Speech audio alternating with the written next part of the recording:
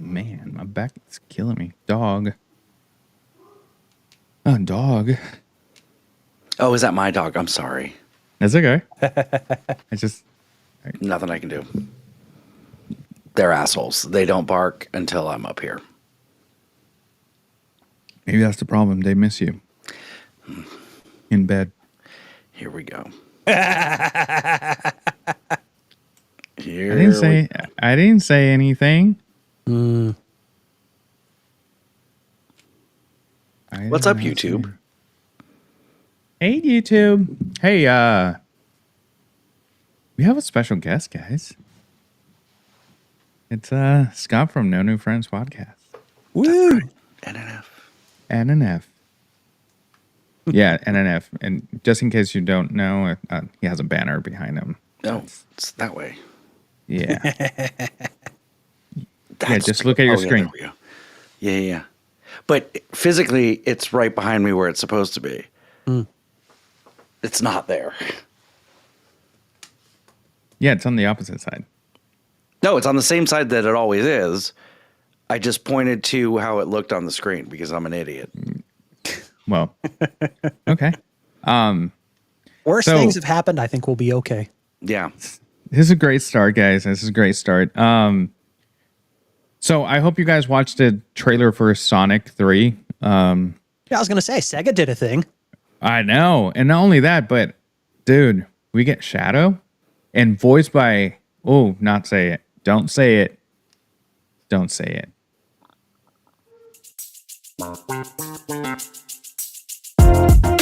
Episode of the Nerd Archive Podcast. Yeah, I love. Yeah, but who the hell cares about wildlife anyway? Right. We're over.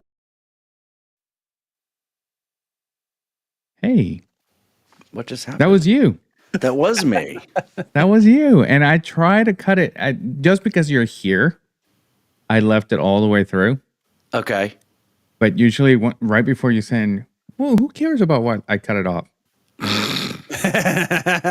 Because to us, it looks like I'm cutting it off. But by the time that YouTube realizes what it did, it still plays. Oh, okay. Gotcha. So I've been timing it. Yeah, I've been timing it to the point where like it does say what you're saying. Okay. I was like, wow, that was like you got the worst part of that. Rude, yeah. It's so funny, that clip. I don't even understand the context of why that even came up. And I've listened to that episode several times and I'm like, what made me start We were talking about straws. No, we weren't. That's the thing. We weren't. It's something about animals and wildlife. And I was like, yeah, who cares about wildlife anyway? I mean, like, and then I started talking about the straws. I thought it was the other way around. I mentioned who the hell cares about wildlife anyway, and then you just went off from there. That was you said. That's right. You said who cares about wildlife anyway. Yeah. Yeah, I don't know. I don't know what happened. Let me ask you guys a question. You guys are professional video live streamers. We just kind of got into it. Is it better to look away from the camera? Because that's what, like, you guys are looking away from the screen. Is that better? Well, no, we're looking at the screen.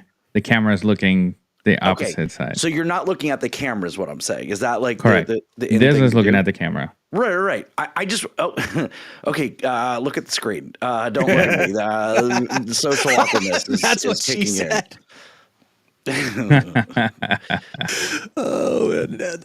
I basically just I have my camera placed on based on where it makes sense. Based on where everything is on my desk. Okay. I used to have it placed like right in front of me, but when I had it there, it was blocking a part of my screen and like I couldn't see what I was doing on the screen, especially like when I'm like gaming and shit like that. So I'm like, screw it. I need to move it off to the side. Okay. Because everybody else is doing it, so I might as well. Here's the thing. Here's the thing about you, Scott. You have the camera pointing at yourself like if you are on a Zoom call. Well, yeah. But this is weird. This is weird not looking at the live thing. I'm looking just weird. I don't like it. And okay, so to Maybe be fair, profile's off. To be fair, when I set up the screens for everybody, it looks like we're talking to each other. I've set it up a way. I see that Justin's is facing one way, so I put whoever's facing the other way in front of him. So it looks like they're talking to each other.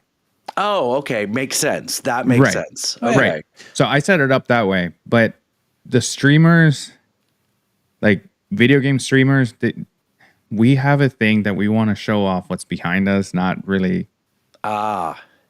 If you ever notice a streamer, their setup behind them, it's like watch videos of streamers' setups, and their setups are going to be a mess, but behind them, it's going to be immaculate. Oh, okay. I'm not a streamer, although I am, but I'm not. I'm new to the game. But I definitely have like a mess in front of me, but I also have kind of a mess behind me. But also, I feel like I should turn on my colored lights and get some mood music or mood lighting in here. So I don't know. You should. And on that note, I have to do the same.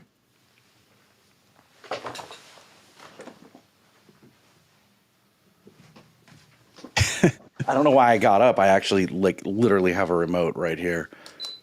There we go. Oh, it's not. I have to get up to get the other. I have two lights.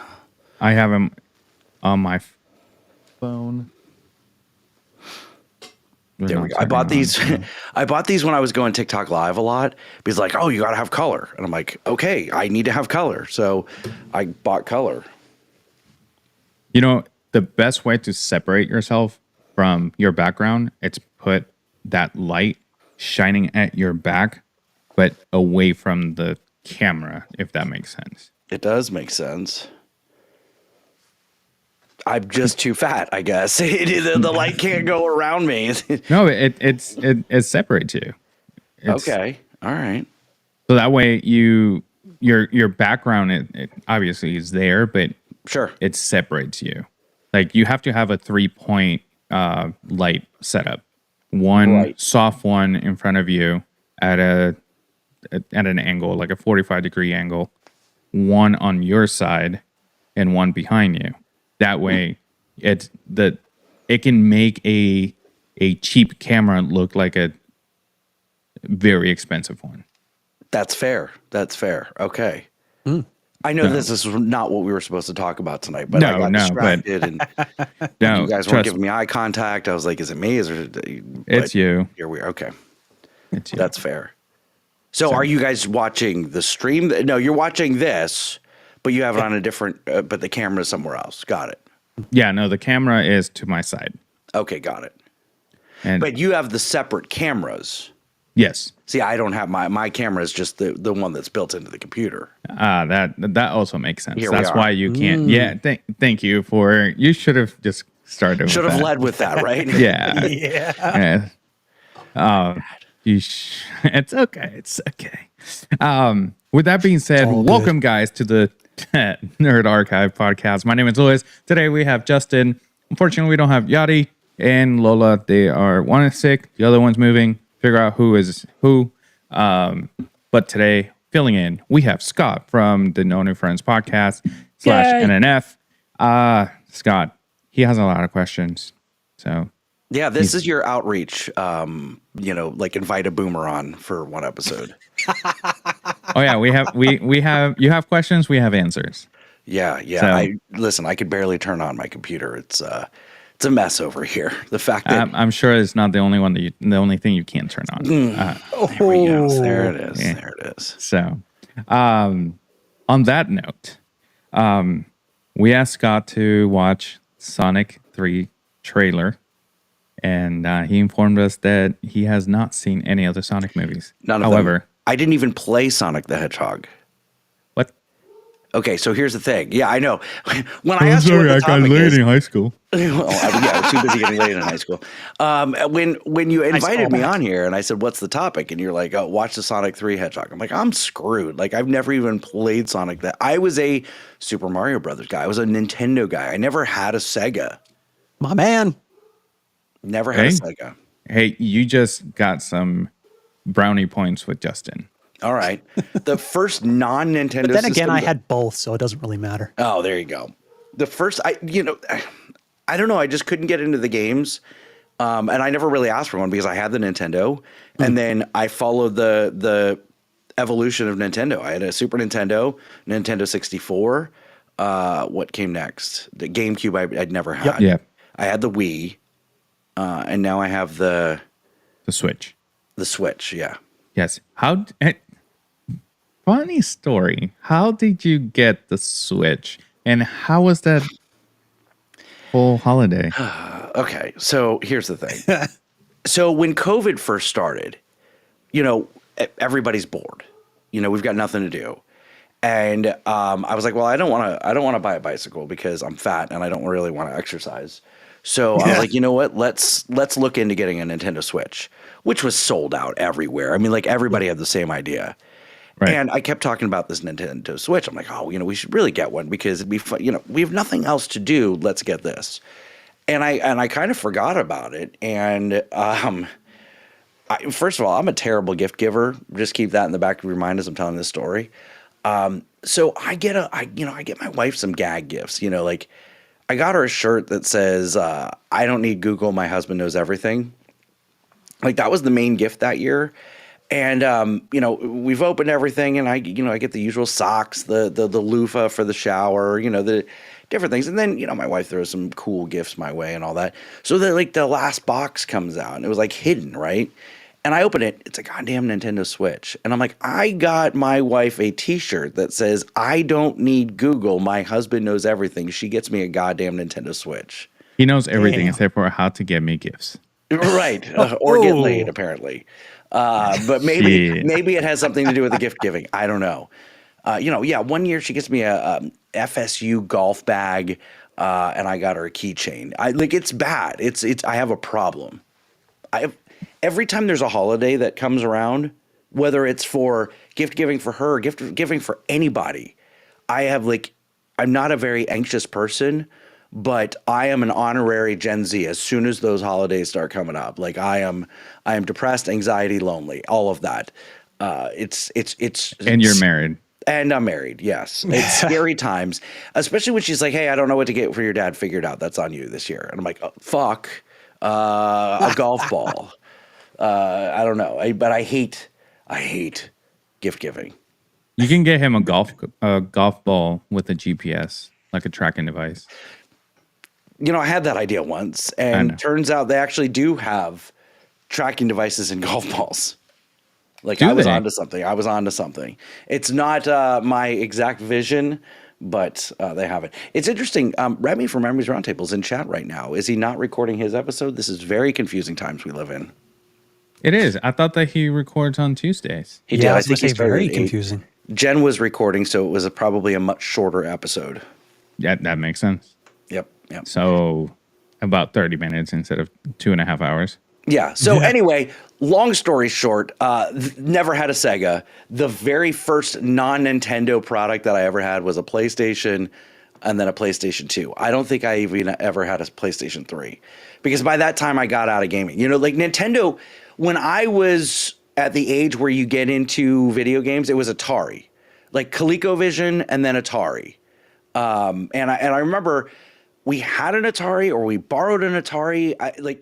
I remember playing Frogger and Pitfall, but I definitely remember playing Frogger and like my dad hooking this thing up to the TV, and it had to be an Atari. And I thought it was the coolest thing ever, but like I only remember playing it one night. So I don't know if it was ours. I don't know how we got it, but I remember playing it. But then I didn't get my first Nintendo until like, I don't know. It had to have been out like a year or two. Right. We actually rented a Nintendo first because back in the day, we had things called video stores. Mm-hmm. And, I was about to ask you. Yeah. You'd go in and you'd rent a video. Well, this is before Blockbuster. Like this is one of the mom and pops that Blockbuster took out. It was called Movie Connection. And it was a very small shop, probably had to be under 1,000 square foot shop. It was tiny. And they rented, when Nintendos came out, they had 2 Nintendos that you could rent out. And we rented the Nintendo, Super Mario Brothers, and Zelda. And my parents got hooked And so therefore that Christmas I got a Nintendo. Of course. Yeah. But I was always like a year late. So you can kind of do the math. So that's why, like, by the time we started getting into the really cool systems, the Xbox and the PlayStation, all that, I had outgrown that gaming phase, and I was now into sports and playing sports and Abby earmuffs getting laid. So, sorry, my daughter just walked in the room. I had to deliver the joke. I'm sorry.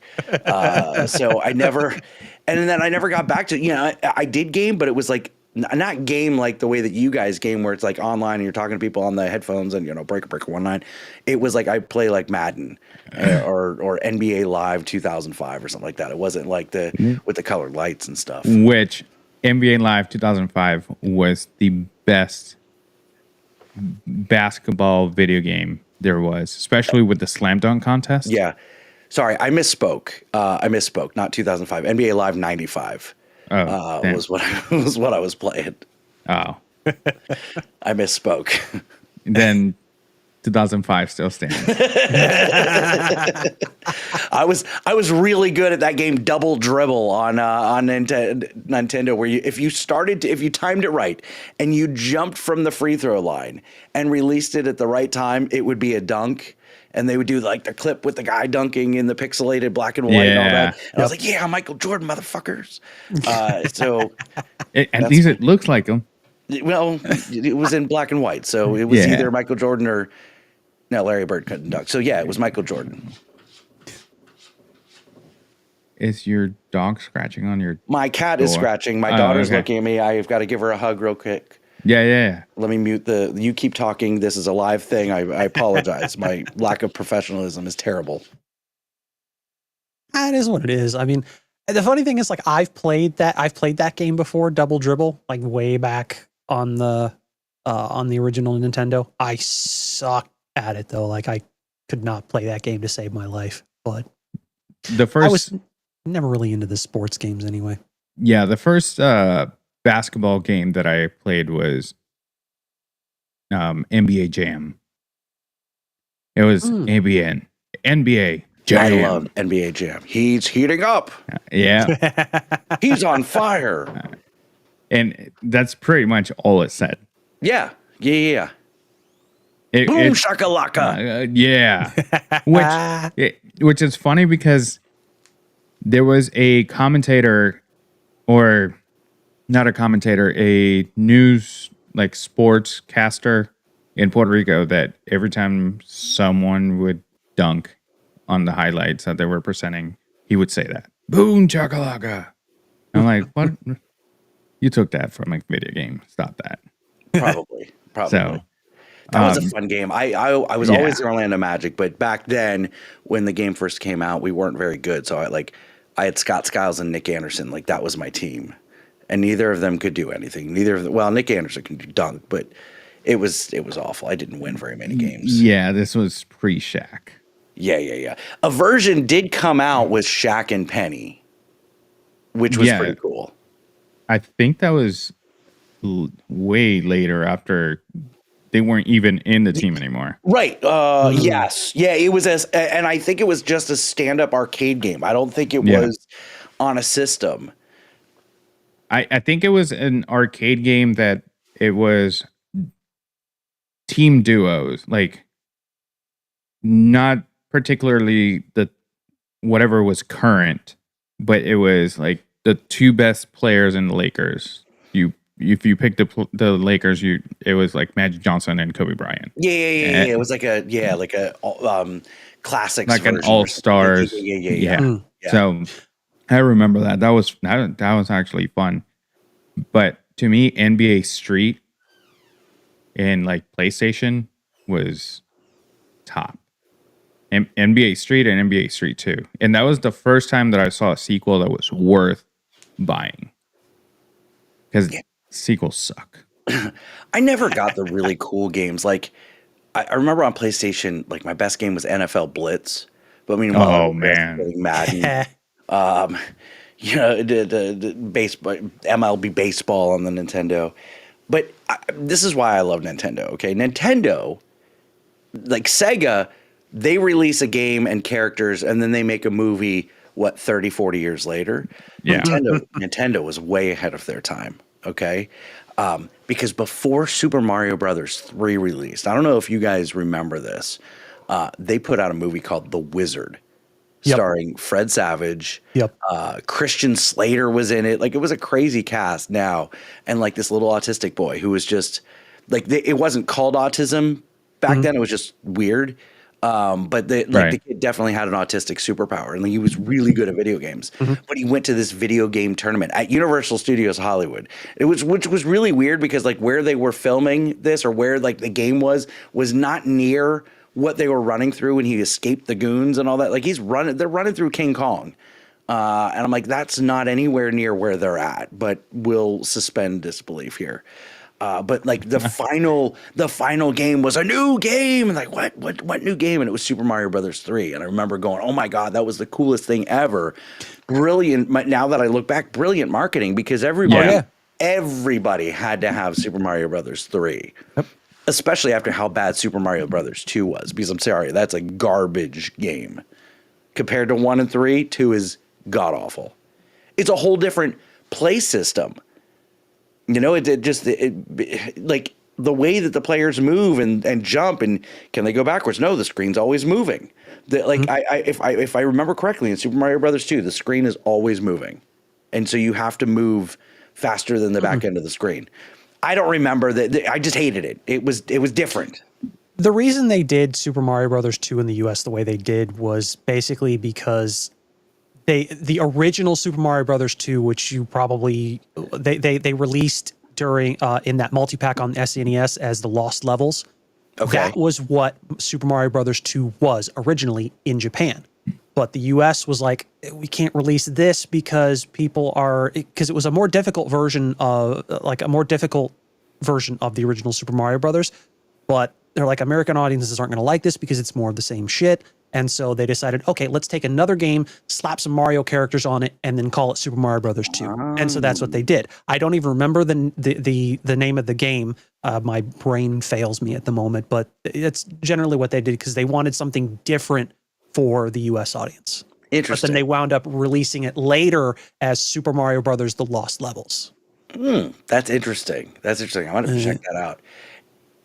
Now, Super Mario Brothers All Stars on the Super NES. Gotcha. How fast, or what is your best time in beating Super Mario Brothers 1? Because I know both of you have probably done it multiple times. I've done it 3 or 4 times, but to be honest, I'd never really timed myself. Yeah, neither did I. I'm not really much of a speedrunner. I'm not much of a runner. Well, listen, I have timed myself. I know exactly how long it's taken me to beat Super Mario Brothers. 44 years. I have never beaten Super Mario Brothers. And I think that's my problem with gaming is I'm just so uncoordinated that like I couldn't even handle the up, down, left, right, A and B, then start. Like I couldn't even handle, essentially 4 play buttons, 6 play buttons. Then you get to the Super Nintendo, which had 6? No, you had the 2 buttons, then you had the 2 top buttons, and then you had the directional. And then once you get to the Nintendo 64, I mean that was the worst controller ever. I like the Nintendo 64 controller. It's okay. It was cool when it came out. It looked fantastic. It was just not practical. Yeah, really. I can understand that. Yeah, because you have like the 2 sides, but then you also have this shaft. So you have like the 2 round sides and then the shaft, and it's so the round and the shaft. Got it. I think that you were playing the wrong 64. Did you get the bootleg version? Oh, my bad. I started masturbating way earlier on. I was talking about that. Nintendo 64. Oh, got it. I understood. So now that we're on the Nintendo 64 controller. Yeah. Did you guys, obviously, Mario Party? Oh, yeah. On 64. Jesus Christ. Yeah, the very first Mario Party. Who else ended up with a raw circle in the middle of their of their palm from I fucking blistered my palms doing that shit on Mario Party. I definitely blistered my hands, but not everybody. Mario Party. Yeah, well, maybe you just a pro. That's why you didn't blister it on that. A lot of practice, Liz. Well, yeah. Why do you think my right arm, like I can curl like 250 pounds, my left arm not?ing. God damn, is it because you're getting yourself off the floor? Yes, that too. That too. Yeah, not really a one-handed push-up. It looks like it. But actually, it looks like a seizure. But anyway, Alex, cut that. But Mario Party, one of the greatest games ever made, and so much better on the Wii. So much better on the Wii. I love that, and I haven't played it on the Switch yet, which is surprising because like when we really good. So when we got this Switch, we played it for 3 days. We haven't touched it since. This was 2 years ago. I completely understand. It's a great game, and we played Mario Kart because you have to. But then I got like a lot of the old Nintendo games, like Mike Tyson's Punch Out and some of the other ones, and then stopped playing it. I was like, yeah, I'm bored. It's Mario Party on the Switch is very, very good. Especially with the way that the controllers work, because sometimes you got to tip or yeah. So, like, there's the chef in me loves Mario Party because there's a mini game that you cook steaks, and the whole point of it is you have to. It's a cube steak, or it's a steak in the shape of a cube. Mm-hmm. And you have to saute it and flip it to hit all the sides. And whoever does it first is the winner. But then you literally have to use the controller and do the sauteing motion. Interesting. I don't know what's more interesting, that or the fact that you call yourself a chef. When did you become a chef? Actually, you're a kitchen manager. No. 2020, I was the executive chef for a hotel here in Daytona. Did you lie on your resume? No.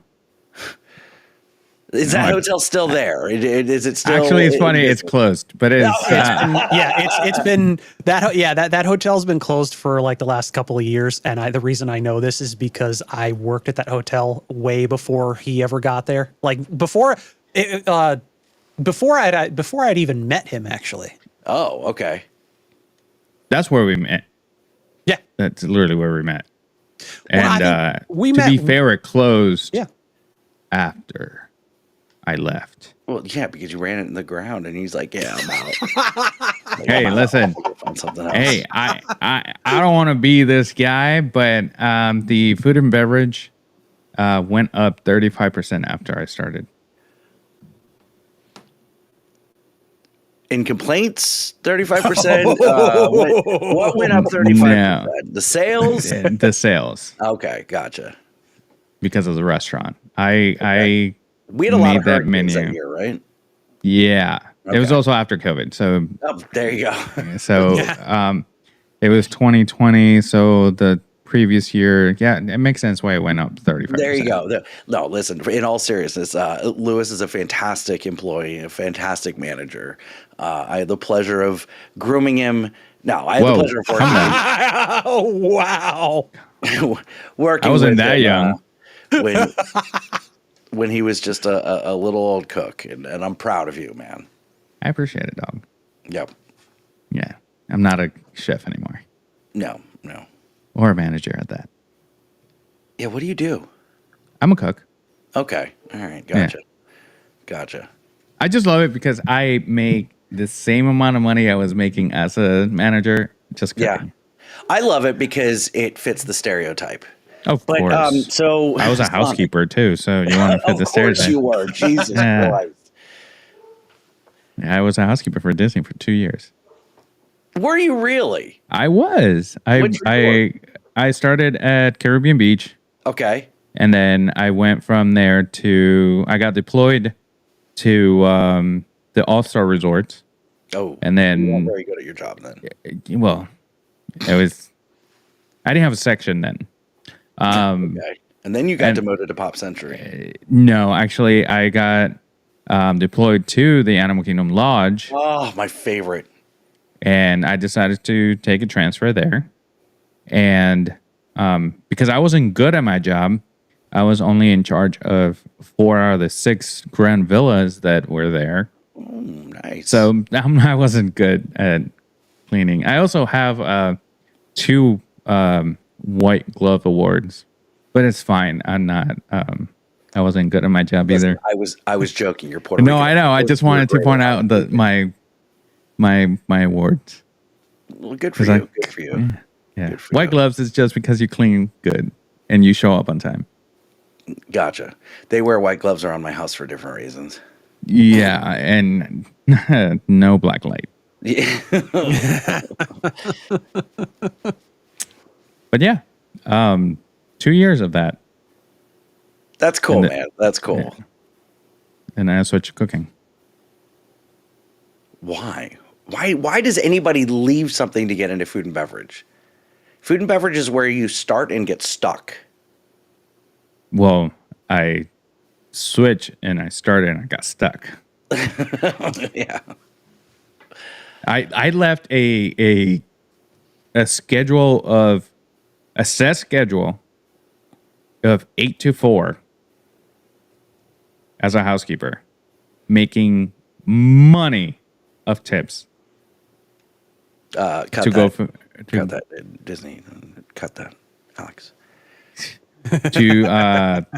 to food and beverage. I'm sorry for you.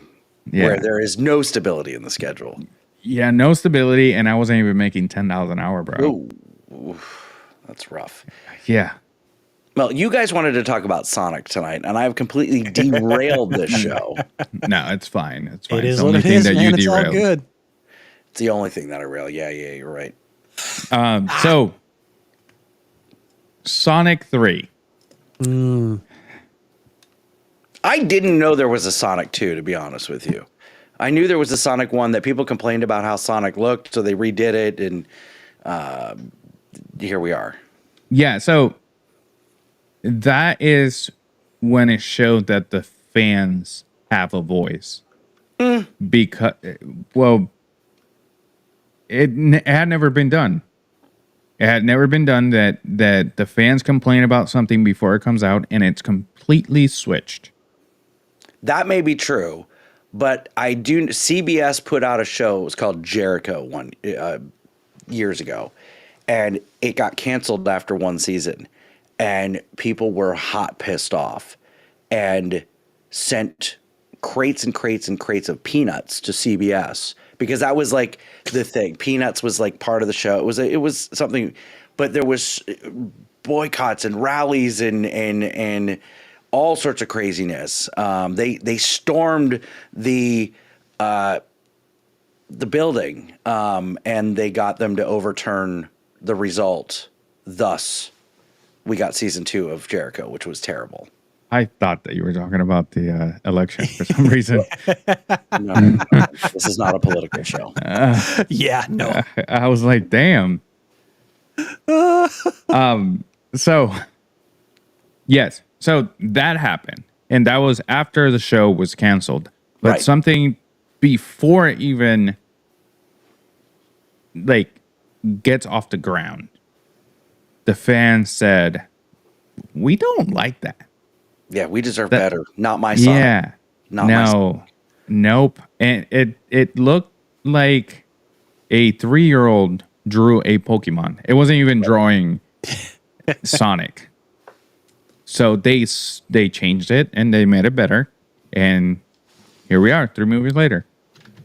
I think if they would have kept it, the first one would have bombed, and there was probably not going to be a second or third.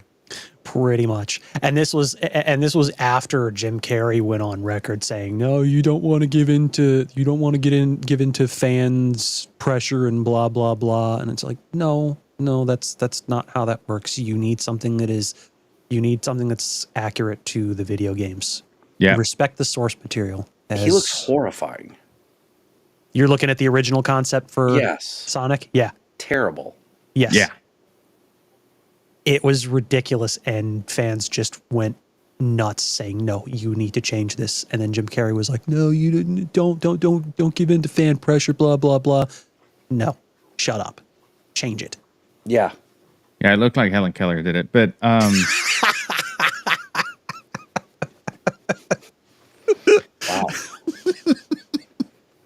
And whatever. But on that note, Jim Carrey would have made all this money that he has made from these movies from these movies. From these movies. Okay, gotcha. Yes. No, he made money before. Yeah. But from these movies, if they wouldn't have listened to the fans, it would have bombed. It would have bombed. For sure. For sure. Sonic looks great. It looks true to the original game. He looks fantastic. I mean, like that one trailer, now I want to see it. And now I'm like, maybe I'll go back and watch the first ones. Fun fact, I still haven't seen them.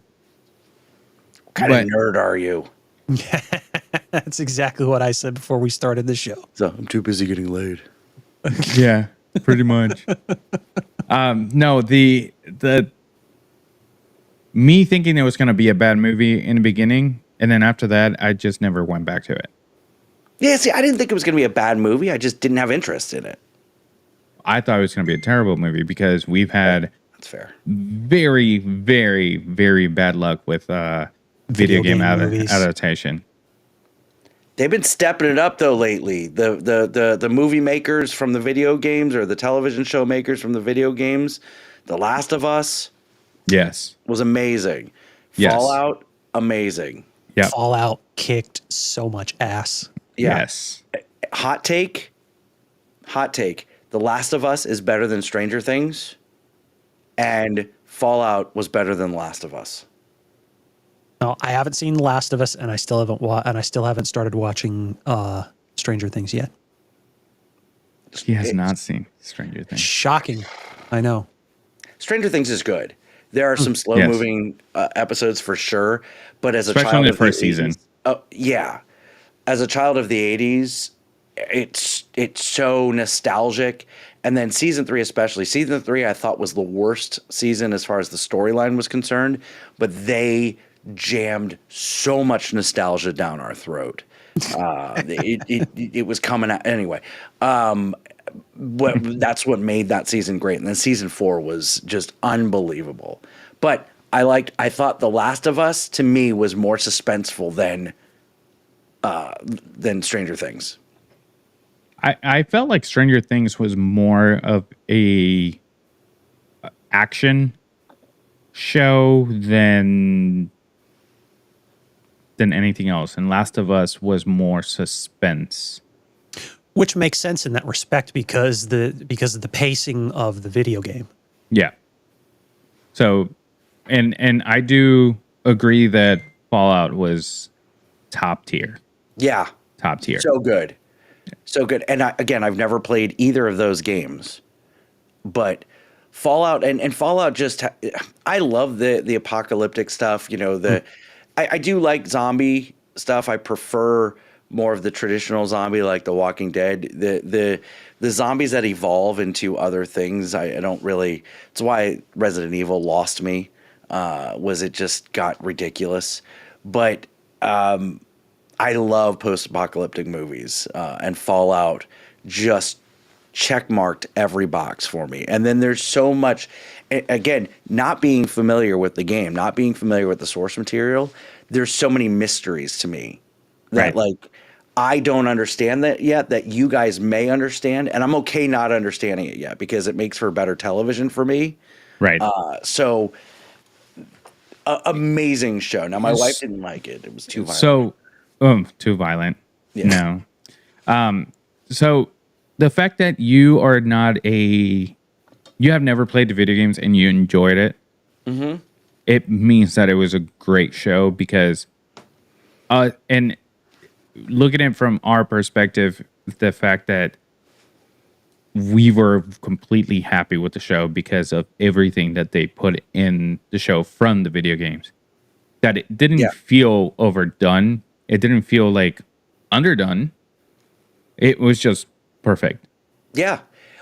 That's the key to making a good movie based on classic source material.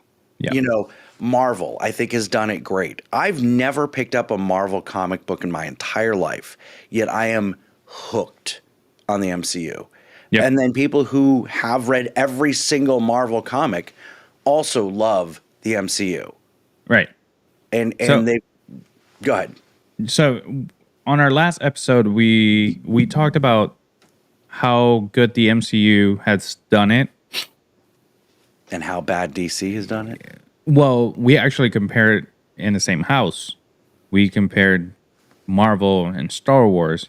How Disney is doing one thing with Marvel and is doing a completely different thing with Star Wars.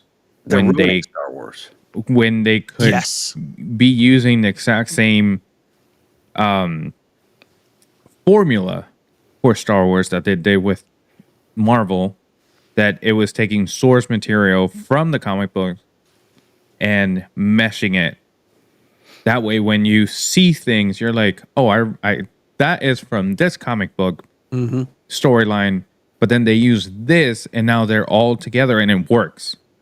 And it's a new story because, granted, they're old characters, but when you go back to the comic books, you realize that Iron Man has 25 different storylines, and the MCU is the 26. But what they did was just mesh different storylines together. It's brilliant.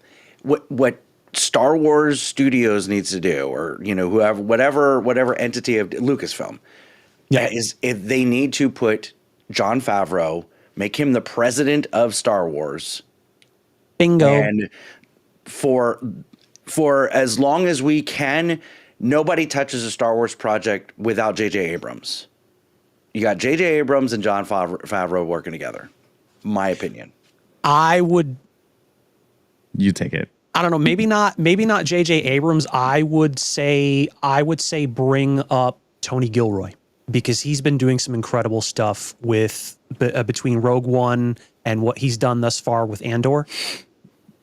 Tony Gilroy has actually knocked it out of the park. He's like one of the few, and they've been one of the few bright spots in otherwise just dull.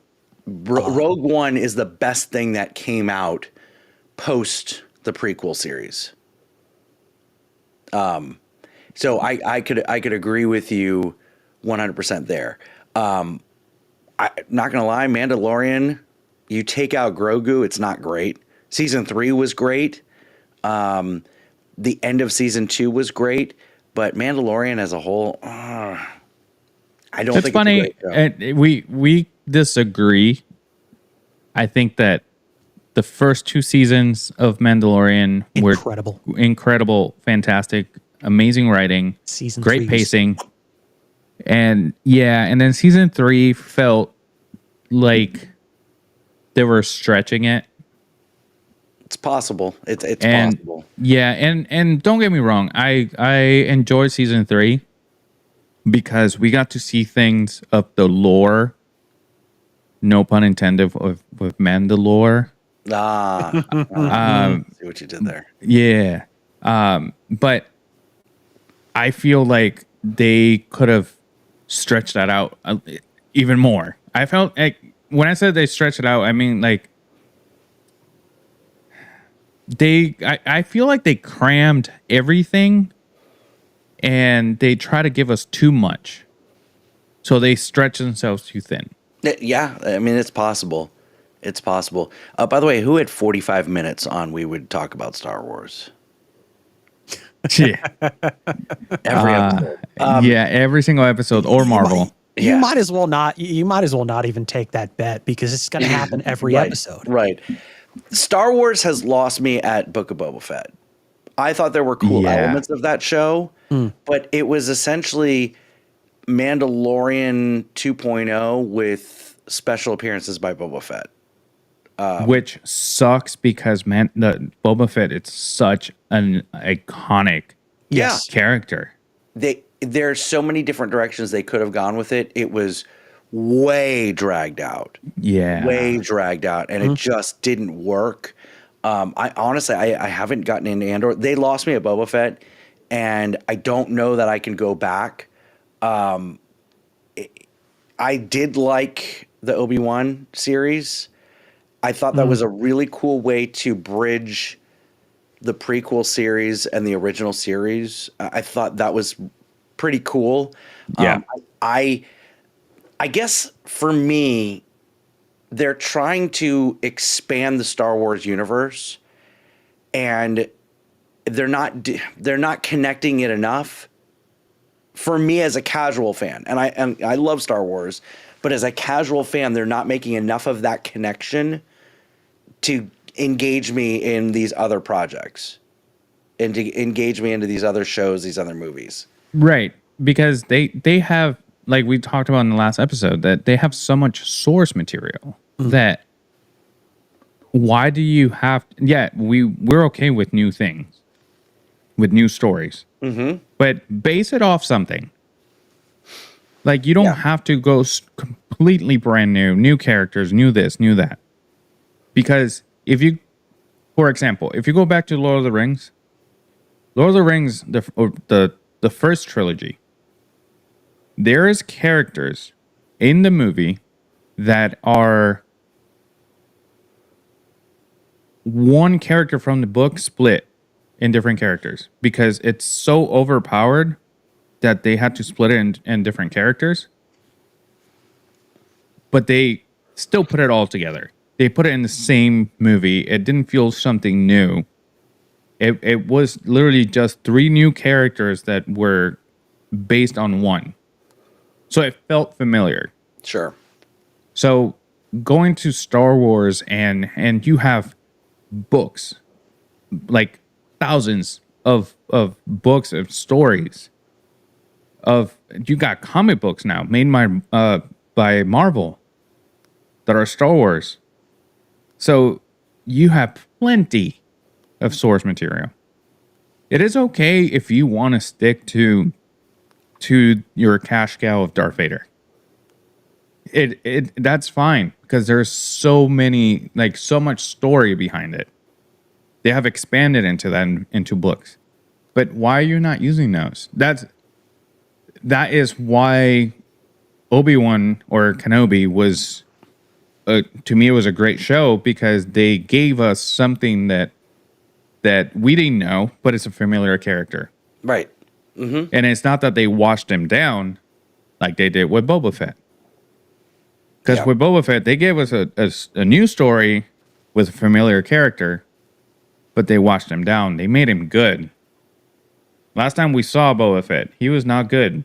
No, but I'm okay with the character arc, but you can't just jam that down my throat. You can't just say, okay, now he's a good guy. Like, but are you okay with Loki? What's that?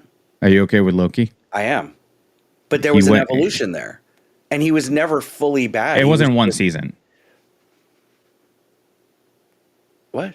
Like, Loki wasn't just one season, and they I know what you're saying, that they but his character evolved not just over 2 seasons of Loki, but over the whole series. From Thor to Loki season 2. And I get that it's 2 different variants, but even the original variant, at the end of the day, he died a hero. Right. There's been that evolution, so I'm okay with it. And also, the MC, we're talking about something completely different. In the MCU, everything connects. Everything, even though it may not make sense to us right now as to why we're seeing it, it's going to connect at some point. Right. Star Wars, I just don't know that connection is going to happen. No. Are we going to get the Avengers Endgame of Star Wars? No, I don't think we will. I highly doubt that. Right. I highly doubt that. not as long as the existing power structure within Lucasfilm remains as it is. And it's funny because I always would say, yeah, no, get rid of Kathleen Kennedy and, put Dave Filoni in charge. But at this point, I'd say get rid of him as well, because he's just collateral damage at this point, because he's still greenlighting a lot of these abysmal projects. So it's like, sorry, Dave, but you need to go too. Yep. But how much pressure is he on though? Because at the end of the day, he still has to respond to somebody. Dave Filoni. If they're telling, what we're not seeing is what's going on behind the scenes. Because Dave Filoni, before all of this happened, his previous projects were amazing. And he stuck to the source material. And he always said it. I love Star Wars, and I want to stay true to the material. But also, when it comes to having people telling you what to do, and when Disney tells you what to do, you got to go with what Disney tells you what to do. If not, you're jobless. But at the same time, like he's literally second in command to Kathleen Kennedy. So he has a lot of pull, and so he can fight if he chooses to, but he hasn't been. Who's the president of Star Wars films? Like, you have the MCU as Kevin Feige. Who is the main person for Star Wars? Kathleen Kennedy. But okay, so here's the problem. Kevin Feige is the president of Marvel Studios. Kathleen Kennedy is the president of Lucasfilms, which is not just Star Wars. So it's Indiana Jones. So there's no vision. There's no connection. It's just taking advantage of a cash cow. Mm-hmm. To be honest with you, and that's where it's kind of that's what it is. Mm-hmm. And then you got Disney that comes in. Disney missed the big money of Star Wars. Okay, they missed the original series, the prequel series. So they buy it and say, okay, we're going to put out three more main Star Wars movies plus Solo plus Rogue One, and they all I don't know if they flopped, but they weren't good outside of Rogue One, and I did like Solo, but outside of Rogue One, Solo, and Episode 7, they weren't good movies. That's the thing, and so the biggest issue with the last trilogy is that they had J.J. Abrams being the director of the Episode 7. Yep. But then they had a different director for Episode 8, Ryan Johnson, and he completely ruined it. He negated everything that the vision and the track of where everything was going, and then they bring back J.J. Abrams for the 9th episode, and he has to fix things and cram things into the movie to make sense to what his vision was, because Luke Skywalker was not supposed to die in The Last Jedi. He was supposed to die in the last scene where Rey is fighting Palpatine. That was the original plan. He was going to use so much force that he was going to turn... He wasn't even going to die. He was just literally going to turn into a Force ghost in front of our eyes. And they couldn't do that because they killed him. Yeah. So do you think if they keep Abrams on all 3 movies, it would have been completely different? We're having a different conversation today. Yes. I think it would have been more consistent. Yes. Because that's a part of, I think, what made the sequel trilogy such a disappointment was an extreme lack of consistency as far as the direction they were going. Yeah. And Episode 7, Finn we're getting hints of him being a Jedi, a Force user. Right. But then we never get Jedi. Yeah. He's barely in the movie. He's completely separated. Yeah.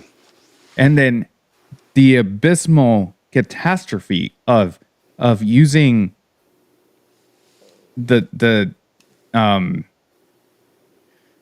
hyperspace as a weapon. Yeah. This is why Star Wars needs someone like Kevin Feige. But is it too late? Is it too late to right the ship? I mean, you bring Favreau in and pretty much save Star Wars with The Mandalorian. You know, we can agree or disagree on which seasons are the best and how much, but Mandalorian saved the direction of Star Wars. And then they just... Where have we gone since? There's just that's the problem, is there's no one person really guiding the stories, or if it is, it's Kathleen Kennedy, who is involved in any Lucasfilm projects. And I don't know how many Lucasfilm projects there are anymore. Maybe it is just Star Wars now that we're done with Indiana Jones. You know, I don't know what other entities they own to stop it. The failure of that last movie, to be honest, I think just sealed Indiana Jones as just a dead franchise at this stage.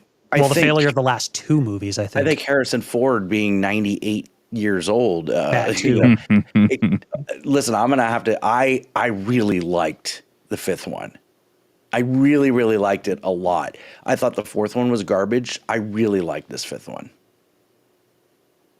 It's not as good as the first three. It's not extremely rewatchable, because I did rewatch it a second time. And I was like, I don't know that I could watch this one over and over again. You know, at any point I could go downstairs and watch Raiders and love it. Empire, or sorry, you know, Temple of Doom and love it. Last Crusade, love it. The fourth and fifth one, I don't know that I could ever watch again. So, like, okay, they are bad movies, but I liked it the first time. You enjoyed it. You went to the movies and you enjoyed them. Fun movie, yeah. It's the way you describe it. It sounds like it's one of those movies that you can get some entertainment out of, and it's a movie that you can that's good enough to watch once. Yeah, right. I loved the fan service. I thought they did a decent job with the fan service, although I thought they did that in Crystal Skull as well. They threw some fan service, but you know, this one I thought really had the fan service in there. Right.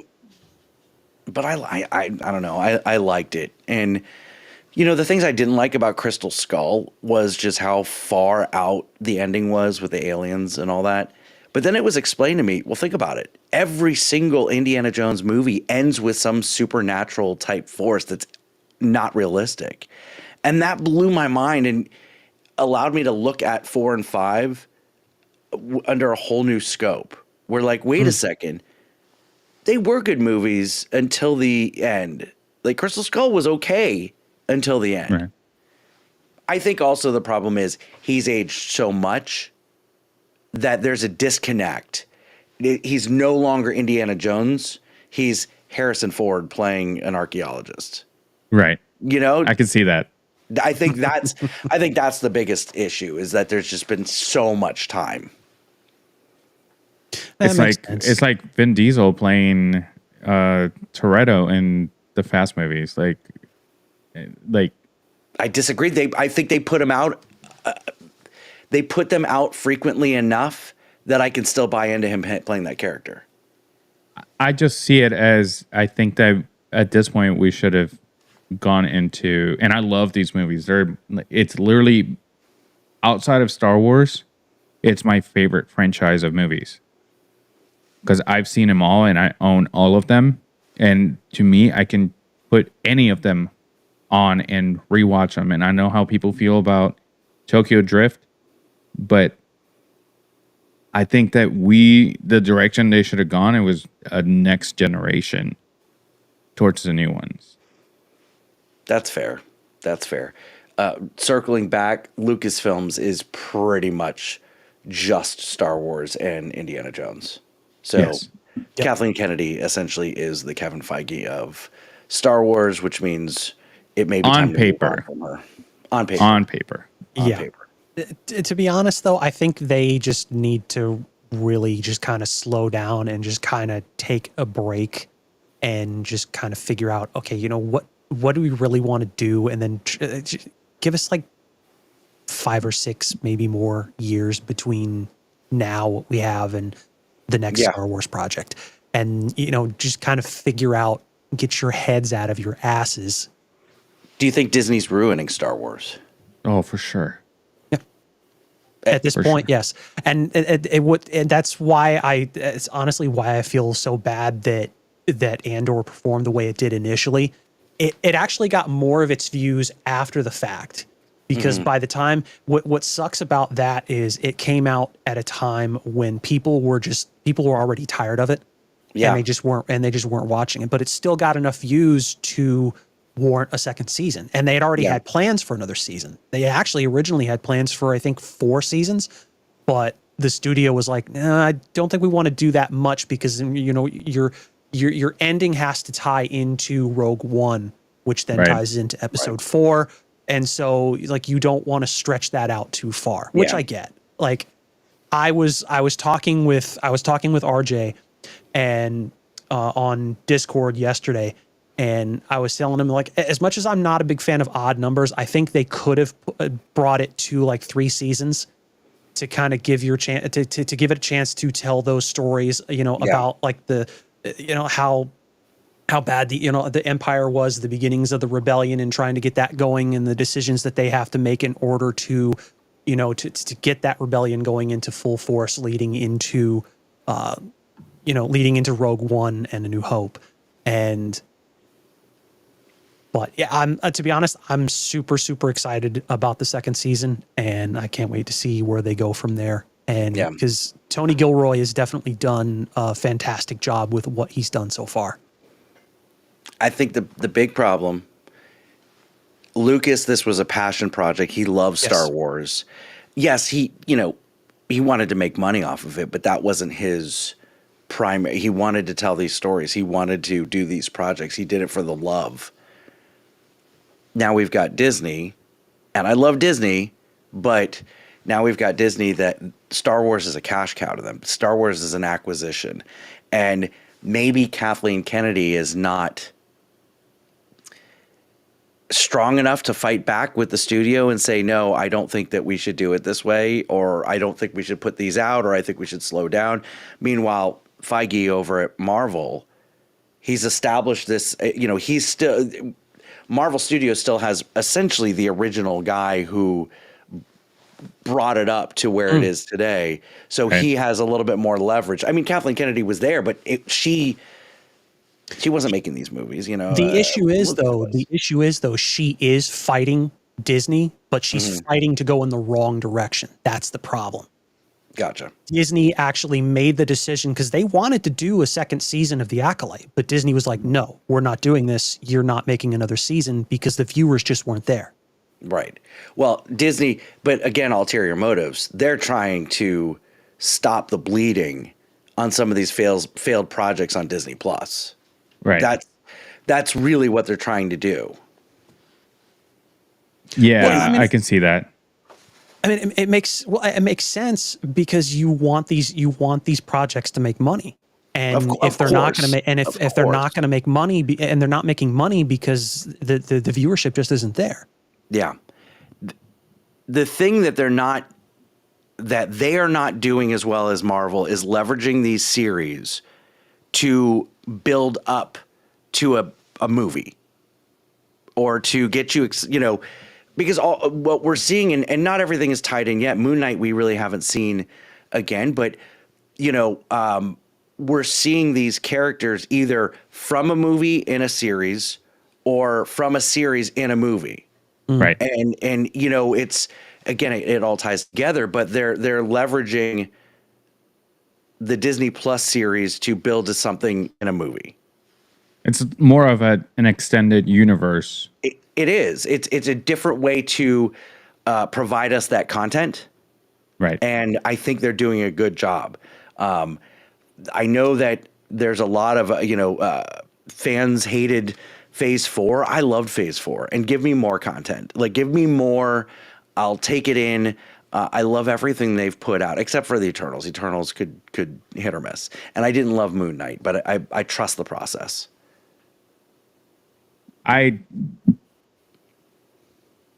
To me, the Eternals is just like how you said about the last Indiana Jones movies. Like I watched the Eternals, and I I was entertained by the movie, but I wouldn't never watch it again. Yeah. Pretty much. Yeah, it's also not connected to us. We haven't made that connection. They haven't made that connection yet. So it goes back to why I've lost interest in Star Wars, because it's not making connections for me, or they're not making the connections fast enough. So the only things that I don't like that Marvel's put out, Eternals and Moon Knight, there's no connection to the main storyline, the main timeline, everything that we know. Let me blow your mind. Okay. Can't wait. So you watched the Eternals, and you saw the end that we get the Celestial. Yep, the statue in the water. Yeah. Guess where MCU is getting vibranium from? Say that again. Guess where the MCU is getting their vibranium or their adamantium from? From the celestial being. Yeah. Oh. They're tying in. We're going to see in Captain America. We're going to see the Celestial. Great, because it's pretty much been nowhere except for in a newspaper in She-Hulk. Right. So we are going to get adamantium out of this celestial being. See, I didn't love Eternals, but you have to trust the process. Mm-hmm. And that's why I can't skip anything. And I can't, as much as people want to dog something, I'm like, just trust the process. It's going to make sense when we look back after this, next phase is over, or the whole story is told, or wherever they decide to stop. It's all going to connect. Yep. It's all going to connect. So Moon Knight, I enjoyed the show a lot, and I could sit down and watch it again because I probably would have to. Oh, I would have to. Yeah. But I'm very, very confident that we're going to see something that is connected to Moon Knight. Yeah. So there's a whole storyline comic book that is Moon Knight, Ghost Rider, Daredevil, and one more. I'm trying to remember who they are. The Sons of... Oh, the Midnight Suns. The Midnight Suns. And... They did a video game based on that. Yep, and it's 4 of them. And Moon Knight is part of them. And they haven't introduced Ghost Rider yet. And how excited? Oh, go ahead. Sorry. No, and who was the last one? Who's the fourth? Because I can't think of who the fourth one. The Punisher? I'm not sure. Wasn't Wolverine in the game? Yeah, but he wasn't one of them. He was obviously you put Wolverine in something, it's because you want to attract. Like, go ahead. I don't remember. You said something about being excited. Oh, how excited are we about Daredevil? I'm very excited, and I wish that they would have kept the original plan, that it was going to be like a 24 episode. Like 24 episode, because it wouldn't have it. That's one of the things that I hate about these new shows, that you're giving me 8 episodes and cramming. I'm okay with it. I'm okay with it.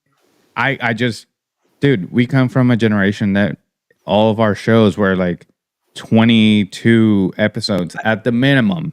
I get that. But to me, with 24 episodes, now that's essentially 24 weeks I have to wait to find out the end. I think, and in a full 24 episode series, how many episodes are like, that was okay. I think that they can cut out some of the fluff. I'm excited about it. It's part of the bigger picture. I'm okay with 8 episodes. I hope that we get a little bit of Jessica Jones, a little bit of Luke Cage, maybe some Iron Fist. Did you watch the trailer? The last trailer for Daredevil? There's a trailer out? Yes, there's a trailer. However, that was misleading.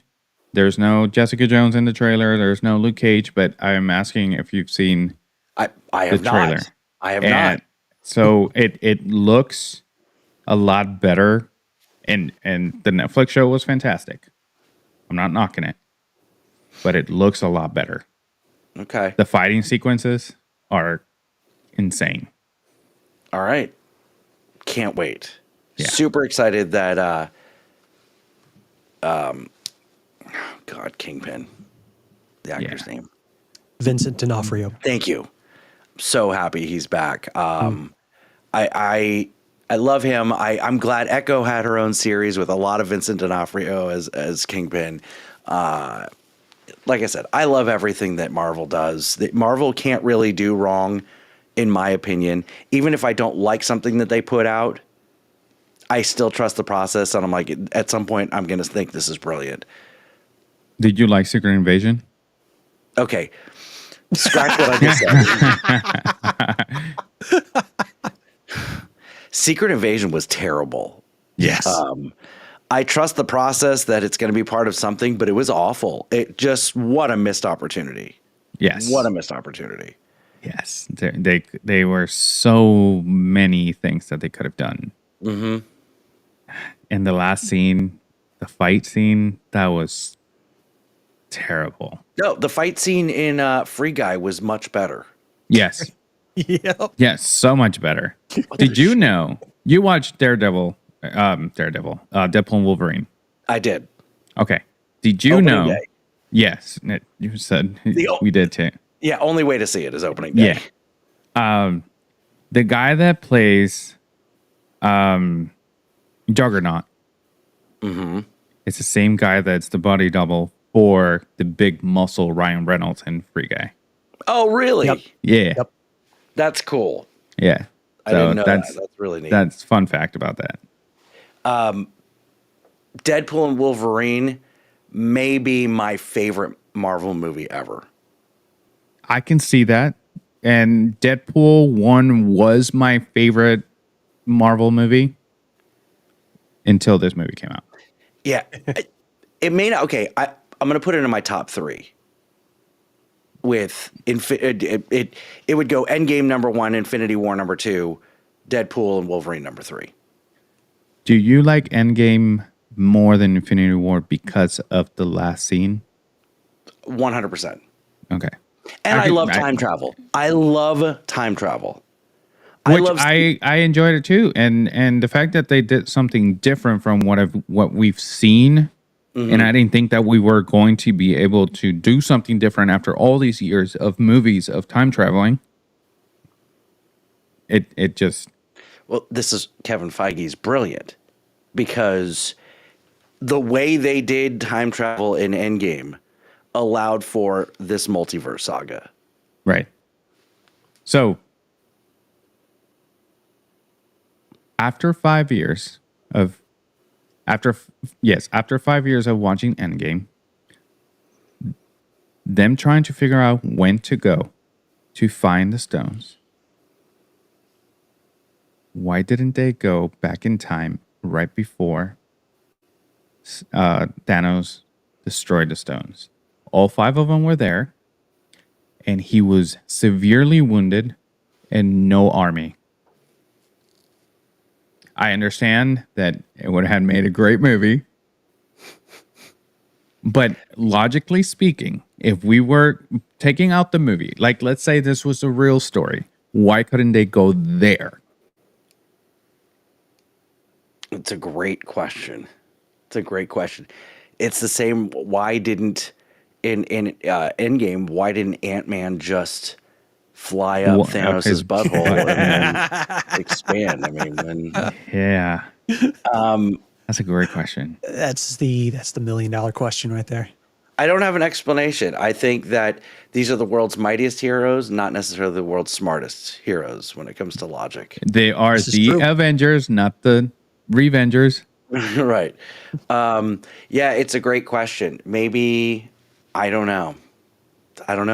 Because think about it. You have Thor, you got Captain America, you got Black Widow, You had Captain Marvel.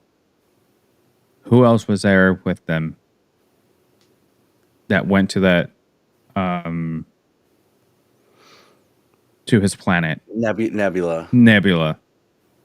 So they defeated him in that scene. They could have defeated him a day earlier. 3 days earlier, because he said that he used the stones 3 days to destroy the stones. Yeah. So I don't know. Okay. And I asked our crew this question when we talked about Deadpool and Wolverine. I want to ask you, what do you think was is the anchor for the 616 timeline? Because we saw Logan was the anchor for that universe. 10,005. Yep. Yeah. Wow. Well, I mean, it could be someone that has already died. So it could be Tony Stark. Okay. Which I see. And the reason I asked is because I knew you were going to go there. Okay. How do you feel about Dr. Doom? Being the anchor being? No. How do you feel about Robert Downey Jr. being Dr. Doom? Okay. I'm glad you asked this. I love it. I love it from a fan perspective, from being a fan of Robert Downey Jr., from being disappointed that he's not part of the MCU anymore. I understand people's disappointment with that casting choice. But here's the deal. Everybody loved Jonathan Majors as Kang. Losing Jonathan Majors as Kang and that storyline, having to completely pivot from that storyline, was a major blow to Marvel. They couldn't just cast Doctor Doom with someone. They needed to make a big splash. Right. A really big splash. Something that was going to take our attention away from losing Jonathan Majors and Kang. More importantly, losing Kang. Right. I think they achieved that. I think they achieved that by giving us a wow. It may not make sense, but who cares? It's they're who cares if it makes sense? They're in a city floating in the sky. He's shooting bows and arrows. Nothing makes sense. Right. But if you leave that door, you're an Avenger. Which movie? That would be Age of Ultron. Very good. I am bad at trivias. So now, theory about why they casted him and what the struggle is going to be and what the storyline will be for Doomsday. Let's just say that Tony Stark was the anchor. Now that we know what could happen to a universe, because why would they introduce this problem if they're not going to touch on it again? They realized that their universe is dying, and Deadpool was able to bring a new anchor and save their universe. Right. Let's go get another Tony Stark. Oh, do you think Deadpool's going to go get another Tony Stark? That would be amazing. Either him or him being part of a team trying to bring another Tony Stark, and they bring a Victor Von Doom version. I love that. Everything goes to shit. And not only that, but now you're going to have someone that you fought alongside for years that is trying to destroy you. So every time you attack him, you have this thing that I should not, because that's especially Spider-Man. I cannot attack Tony Stark, even though he's not. Do you think that this is when we get Peter Parker as Venom? Because remember, there is some of that symbiote in Earth 616 left behind by Venom. The thing about that is, in Secret Wars, Spider-Man has a black suit in the comic book. Okay. The original, yes. So that is the only, if knowing Marvel staying true to somewhat of the material, they have to bring Spider-Man in with the black suit. Right. I think it's going to happen, and a lot of people are saying it's probably going to happen in the next Spider-Man movie that Marvel Studios is doing, because I think that one is in pre-production at this point. There's been a lot of images floating around, I guess, concepts that people are doing. So it's anybody's guess at this point. So if they're going to go in that direction, I think they have to do that from Spider-Man 4 and then go from there. Right. It's all going to be interesting. They have a lot of, it was going to be interesting anyway, but now they have a lot to fix and a lot to rework. I'm going to ask a question and we can leave it on this. You'll have to have me on again to discuss. Do you think that do you think that it's possible that we're not done with Jonathan Majors as Kang? It is very possible. And I'm going to tell you why I think this. Did you see that TMZ interview? No. So he's walking down the street, his street, I'm assuming, and someone from TMZ is interviewing him. One, the questions that they're asking him, I'm shocked that he even answered. But it seemed way too staged for me. Right. And I think that this was a huge... do I think he was arrested and charged with domestic violence? Yes. Do I think that Marvel Studios fired him? Yes. Do I think that Marvel Studios is done with him? No. I think that they are setting up this thing. I think we're going to see Robert Downey Jr., but I don't think we're done with Kang. And not in the way of the post-credit scene for Fantastic Four is going to be Doctor Doom killing Kang. I don't think we're done. I think they're throwing us for a loop on some things. Well, Kang had a problem with Tony Stark.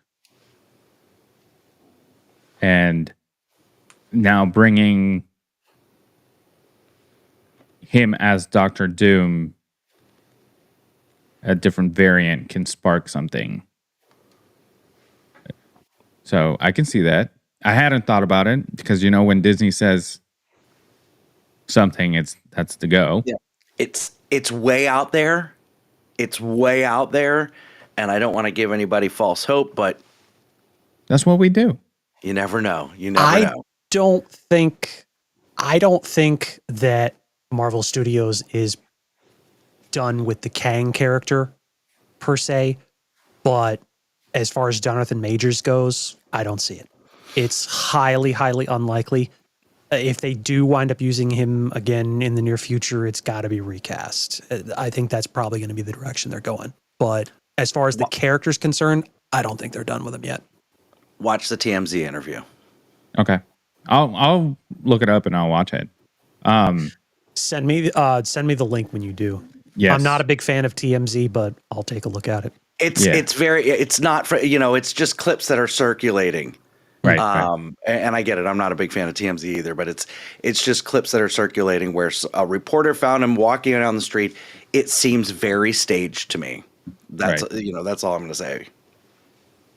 So if Marvel were to recast Jonathan Majors, I don't think anybody will have a problem with it because of the circumstances. Yeah. Yeah.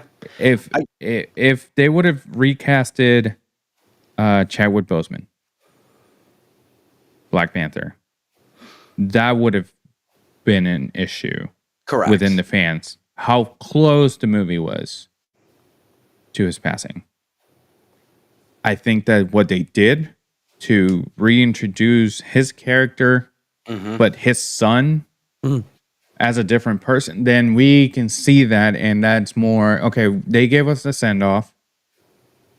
We appreciate it a lot. Now you introduce the character in a very nice way. It wasn't, he passed. we need to make money. Let's bring someone else in. So that's fair. I think with Jonathan Majors is a different issue. So they probably don't have an issue with saying, you know what, we're going to recast him. I don't care. Cool. Yeah, we're getting into Remy's roundtable territory. Yeah, no. That's why we're. Do you guys have anything else? Because we are at an hour and 27 minutes. I'm good. You're just going to have me on again. Going back real quick to RDJ being cast as Dr. Doom, I think based on what they're doing with this character, I think kind of lends credence, because there's a couple of stories from the comics where Tony Stark himself does become Dr. Doom, or there was a body swap story as well in the comics where Victor Von Doom and Tony Stark swap bodies, and then it's at some point Tony Stark winds up dying and then he takes over.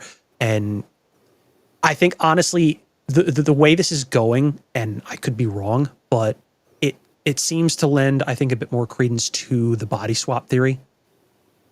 Yes. And so I'm wondering if that's the direction they're going to be going, because I want to, because they can't just say, oh, here he is, RDJ, Victor Von Doom, blah, blah, blah, with no explanation. There needs to be some kind of backstory behind this. There has to be some kind of explanation, and I want to know where they're going to go with it. And I'm kind of hoping that they make use of that story. And I don't think Marvel is ballsy enough to kill Tony Stark twice. You never know. Yeah. When you're working with the multiverse, all things are possible. Yep. Yeah. But they can't just do everything and anything willy-nilly, throw shit at the wall and see what sticks, because that's not a recipe for success. Star Wars. Yeah, and a good part of Phase 4. Yeah. In my opinion. No, I'm with you. I think the best of Phase 4 was No Way Home. Well, yes, but WandaVision was great. Yeah, WandaVision was good. Falcon and the Winter Soldier I thought was really good. Yeah, I liked Thor: Love and Thunder. I love Quantumania too. I also love Doctor Strange too. Doctor Strange, I again, in that category that you put Indiana Jones, Doctor Strange, Quantumania, still haven't seen the Marvels. Oh. So. I loved the Marvels. The Marvels was a super fun movie. And what's her face? Miss Marvel. No. Miss Marvel. Absolutely made that movie just so good. And then the post-credit scenes for the Marvels are super important for the future of the MCU. I saw the post-credit scene. I gotcha. I think I saw it as well. Yeah, no, I did see it before because I still have to sit down and watch Miss Marvel, and then, kind of force myself to watch the Marvels. I'm not a fan of Captain Marvel. I'm not a fan of Captain Marvel, and I hated the first Captain Marvel movie. I thought the Marvels was super fun. I thought it was just a fun movie. Oh yeah. I think Brie Larson is a terrible actress. I agree. Well, I mean, couple that with the fact that Captain Marvel really isn't a very popular character from Marvel Comics. Like they've rebooted that character so many times, it's ridiculous. And it's like every time they reboot the character, the first issue sells like a couple 100,000 copies, and then everything after that just falls off a cliff. Like people get tired of it. It's like, oh, maybe it'll be different this time. No, they're just rehashing the same crap. It's just weird naming one of your characters after the company. That's what I have. Like that would be like saying Dr. DC. Like that's a little bit off to me. Oh yeah. But it's weird though, because Shazam, as we know, that character is named Captain Marvel. The problem is they can use that name everywhere else except in live action, because Marvel Studios owns the live action rights to the name Captain Marvel. But they did use that name once. What? Oh, Chris. He looks like Dr. Robotnik. He had diabetes. Oh my God. You know what I find hilarious is the topic of our episode was the Sonic 3 trailer, and we talked about it for all of 3 minutes. Yeah, well.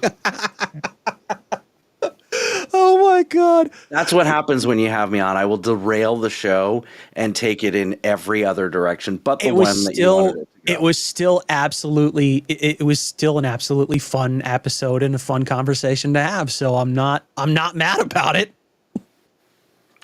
I am not mad about it. Chris Yob in chat, the kind you developed to, not the kind you were born with. The only thing Scott can what? Rail His podcast topics. We already made that joke earlier this evening, Chris. Yeah, pretty much. You're recording Disneyverse. You're a little late to the party, brother. Yeah. Oh, all right. Man. So now that Chris is here, let's start all over. Yeah. Why not? We're only an hour and a half in. Something, Sonic, Nintendo, Star Wars. Yeah. Right? Marvel. Got it. Yep. And DC. We talked about DC 2 seconds, just like every single time that we speak about Marvel. That's all it deserves. I did finally, after how many years, about a month ago, watch the Justice League Zack Snyder version because I heard, oh my gosh, it's so great. It's like this whole other movie. It was awful. It was awful. Okay, it wasn't that bad. The same movie, way drawn out and much longer. There was Zack Snyder. There was things that we needed to see that it was cut out of the first version. Things that didn't make any sense. I guess I have to rewatch the first version. Yeah, but that'd be like 5 hours or 6 hours of your life to watch both of them. Yeah, I know, right? Yeah. So, hey, Chris, I just want you to know that I still have the chat up from Discord, and the GIF that you put on from Castaway, it's been playing over and over and over again on my peripheral, and that's it. All right, boys. So I've got the best way to end this episode. I've had to pee for the last hour. Nice. So we're going to have to wrap it up. Yeah, wrap it up. Much like I didn't do 24 years. Anyway. Okay. Is that your way of ending this episode? Oh, you guys don't have to end. No, I was just. Oh, yeah. I just have to pee. I thought you had something to say other than you have to pee. No, I don't. I don't have to. Well, no, that's it. Okay. Well, if you guys loved our conversation about Sonic the Hedgehog 3, stay tuned. We're going to talk about it more. Not today, probably next week when we have the full crew and someone not to derail this episode. It was a train wreck, as every episode that we love is a train wreck. I don't think it was a train wreck. I thought it was a pretty... No, and when I say it was a train wreck, is we didn't talk about our topic. Oh, yeah, no. That's it. No, it was great. It was an amazing episode. You had a lot to say. But it was a smooth transition from each thing to the next. A very smooth transition. Yes. Coward. Cool viral. Whatever. With that being said, if you guys don't have anything else, make sure you go on our description down below and you can find all of our social media. And yes, Justin.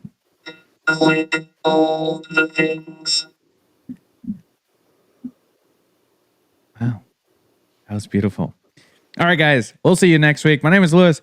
We have Justin and Scott. See you later. Bye.